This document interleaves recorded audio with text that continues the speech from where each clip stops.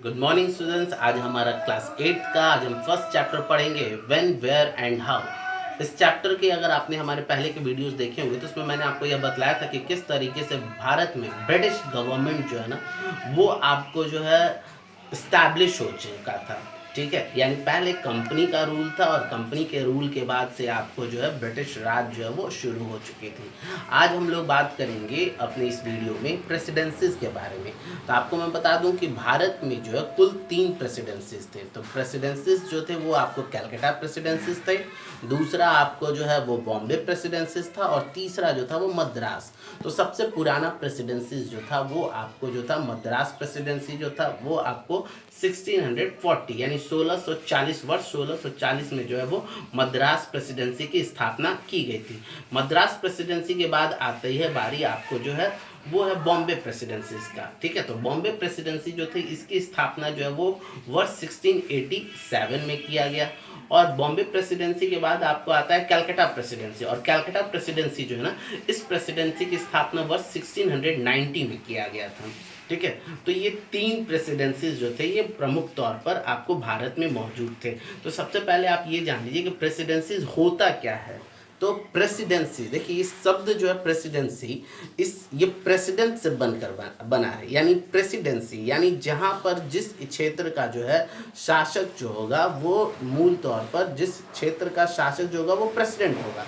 यानी सर्वोच्च जो है पोस्ट जो है वो होल्ड कौन करेगा वहाँ पर? प्रेसिडेंट। यानी प्रेसिडेंसी जो होते थे, जैसे ये इलाके बड़े बड़े इलाके, जैसे देखिए आपको जो है मद्रास प्रेसिडेंसी, ठीक है, फिर जाकर आपको जो है वो बॉम्बे प्रेसिडेंसी, फिर आपको जो है तीसरा आपका आ गया क्या, तीसरा आपका जो हो गया वो कलकत्ता प्रेसिडेंसी। तो ये प्रेसिडेंसीज के जो इलाके जो थे वो धीरे धीरे आपको जो है वो बढ़ते चले जा रहे थे।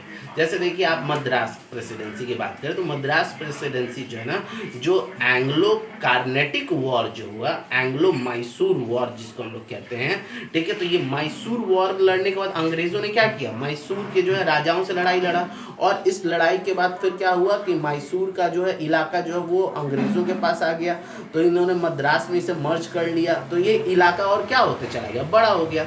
अब वैसे ही देखिए कि आपको जो बॉम्बे, तो एंग्लो और मराठा का लड़ाई हुआ, एंग्लो मराठा की लड़ाई जो हुई इससे क्या हुआ, जहाँ मराठाओं का डिफीट हुई और उनके इलाकों को इन्होंने क्या किया, कब्जा कर लिया, तो इससे क्या हुआ कि आपको बॉम्बे प्रेसिडेंसी का इलाका बढ़ता चला गया। फिर तीसरा आप समझिए कि ये आपको जो है कलकत्ता का, तो कलकत्ता जो प्रेसिडेंसी जो था, तो यहाँ पर बैटल ऑफ पलासी, ठीक है, और बैटल ऑफ बक्सर, तो ये इन दोनों लड़ाइयों के जरिए क्या हुआ, बैटल ऑफ बक्सर की लड़ाई जो थी, इस लड़ाई के बाद जो है अंग्रेजों को जो है दीवानी का राइट मिल गया था, ठीक है, बंगाल में, यानी रेवेन्यू कलेक्शन करने का अधिकार मिल गया। तो धीरे धीरे ये क्या किए, बंगाल के भी जो है इलाके जो पहले उनके कब्जे में नहीं थे, ठीक है, डायरेक्ट तौर पर, अब वो धीरे धीरे क्या हो गया, क्षेत्र बढ़ता चला गया। तो प्रेसिडेंसी क्या होता है, presidency it is an area where the lieutenant governor, ठीक है, rules over a large part of the territory for proper administration the area और the territory is divided into various units. यानी बेहतर प्रशासनिक व्यवस्था बनाने के लिए, अब सोचिए कि अंग्रेजों के पास अगर ये 3 प्रेसिडेंसी अगर नहीं बनाते और 3 प्रेसिडेंसी की जगह सिर्फ एक ही प्रेसिडेंसी रहता तो आखिर उतने बड़े इलाके को वो शासन कैसे कर पाते। तो इसीलिए इन्होंने क्या किया, प्रेसिडेंसीज का जो है वो गठन किया। ठीक है, अब हम लोग आगे बात करेंगे। मैं आपको ये बतला दूं कि देखिए अंग्रेजों का जो शासन काल जो था ना, इसको 2 भाग में बांट लीजिए। एक देखिए कि एक होता है कंपनी रूल, तो कंपनी रूल जो है ना 1858 से पहले, ठीक है, 1757 से लेकर 1757 से लेकर 1858 तक का जो टाइम पीरियड जो है ना, इसको हम लोग क्या कहते हैं, इसको हम लोग जो है 1757 से 1858 तक का समय को हम लोग कंपनी रूल कहते हैं, जब ईस्ट इंडिया कंपनी का शासन भारत में था, ठीक है। और 1858 के बाद से 1947 तक का जो समय जो होता है ना, इसको हम लोग क्या कहते हैं, इसको हम लोग जो है वो ब्रिटिश रूल कहते हैं।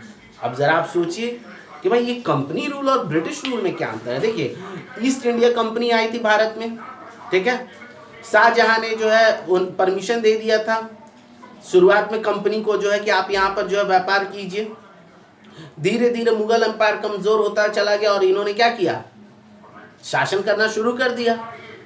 इंडियन टेरिटरी के जो पॉलिटिकल मैटर्स पर जो है इन्होंने क्या किया, जो है धीरे धीरे जो अपना एनेक्सेशन करना शुरू कर दिया।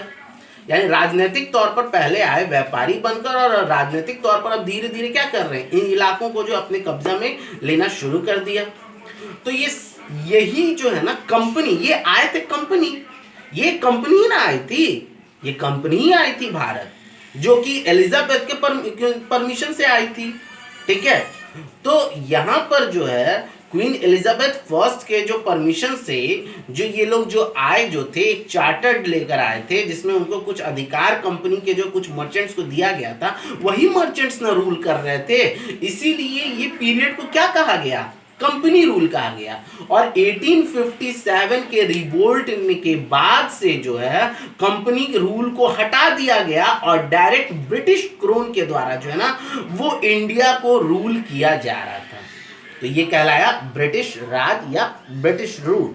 ठीक है, तो अब जो है ये जान लीजिए कि ब्रिटिश जो है एम्पायर जो थी ना भारत में, इसने कुछ बेहतरीन काम भी किए हैं। ठीक है, सबसे पहले आपके बुक्स में जो दिया हुआ वो आपको जो बातें बताई गई वो हिल स्टेशंस के बारे में बताया गया है। शिमला, ऊटी और नैनीताल, ये सभी जगहों पर जो है ना आपको जो है हिल स्टेशंस को जो है आपको जो है ब्रिटिश अधिकारी जो है ना वो इनको जो गर्मियों के समय में इन जगहों का इस्तेमाल करते थे, अपने इनके कार्यालय जो है तो वहीं पर शिफ्ट हो जाते थे।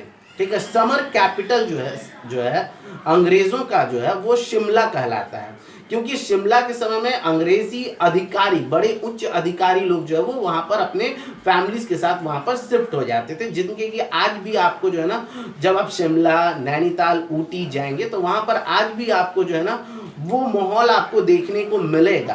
यानी अंग्रेजों के कुछ न कुछ अवशेष चिन्ह आपको वहाँ पर देखने को मिलेंगे। इसके बाद आप जानिए कि इन जगहों पर जो है का खूबसूरती जो है उसने आज भी बहुत सारे जो है लाखों करोड़ों लोग जो है पर्यटक वहाँ पर घूमने जाते हैं। ठीक है, तो इन्होंने क्या किया था कि ये तो अपना एक जो है हिल स्टेशंस जो है इनका समर के तौर पर जो है ये इसको एंजॉय करते थे। अब देखिए कि इनके लिए एक अलग जो है ना सिविल लाइंस होती थी, अलग क्षेत्र होता था, और ये सिविल लाइंस को जो है ना व्हाइट टाउन कहा जाता है, यानी गोरों की बस्ती, जहाँ पर इंडियंस जो थे वो अलाउड नहीं थे। यानी ये एक अलग ही बस्ती होती थी।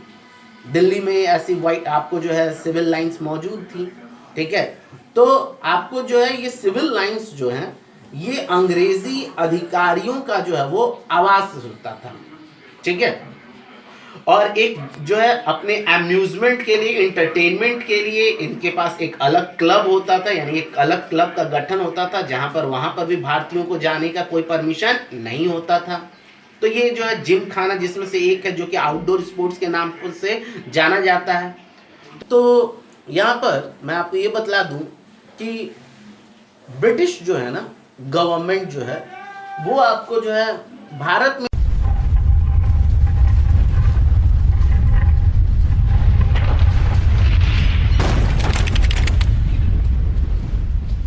बहुत सारे मॉन्यूमेंट्स जो हैं आपको मौजूद हैं जो कि मुगल बादशाहों के प्रतीक हैं, यानी उनके शासन की गवाह हैं। तो वैसे ही अंग्रेज़ों के भी शासन के जो हैं निशान मौजूद हैं। अंग्रेज़ों ने भारत में बहुत जगहों पर कैंटोनमेंट्स बनाया, बैरक्स बनाया। ठीक है, तो ये बैरक्स और कैंटोनमेंट्स जो थे इनके द्वारा जो बनाए गए थे वो ट्रूप्स के लिए, सेनाओं के लिए बनाया गया था। बैरक्स में जो है सेना की टुकड़ियों को रखा जाता था। अंग्रेज़ इतना तो आपने जान लीजिए कि अंग्रेज़ जो है भारत में पर्याप्त सेना हमेशा जो है वो रखे रहते थे। ठीक है, तो यहाँ पर जो है इन्होंने बैरक्स, कैंटोनमेंट्स के अलावा भी इन्होंने कुछ चीज़ें बनाई हैं जो कि पैलेसेस और बिल्डिंग्स हैं। जैसे आप विक्टोरिया टर्मिनस ले लीजिए, जिसे छत्रपति शिवाजी टर्मिनस कहा जाता है।